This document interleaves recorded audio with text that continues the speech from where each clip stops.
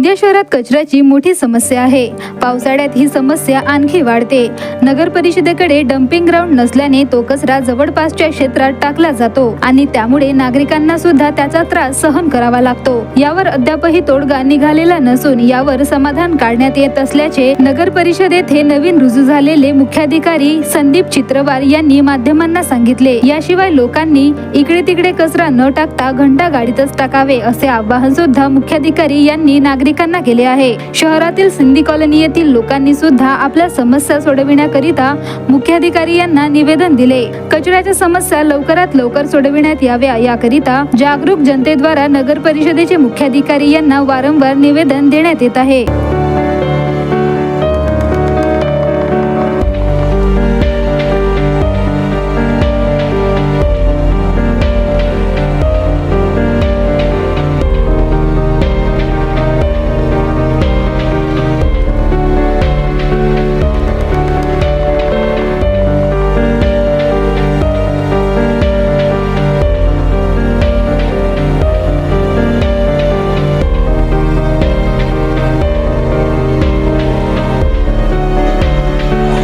आपल्या इथे मी पाहत आहे की कचऱ्याची भीषण समस्या आहे।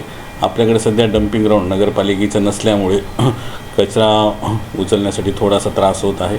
आपल्या सर्व गोंदियावासियांना माझी ही नम्र विनंती आहे की कचरा हा घंटा गाडीतच टाकावा। इथे इतरत्र नका टाकू। जर कचरा आपण इतरत्र टाकला आणि तो नालीत पडला तर नालीद्वारे मोठ्या नाल्याद्वारे नदीमध्ये हे जातो आणि तिथंच आपला WTP प्लांट इथे असतो।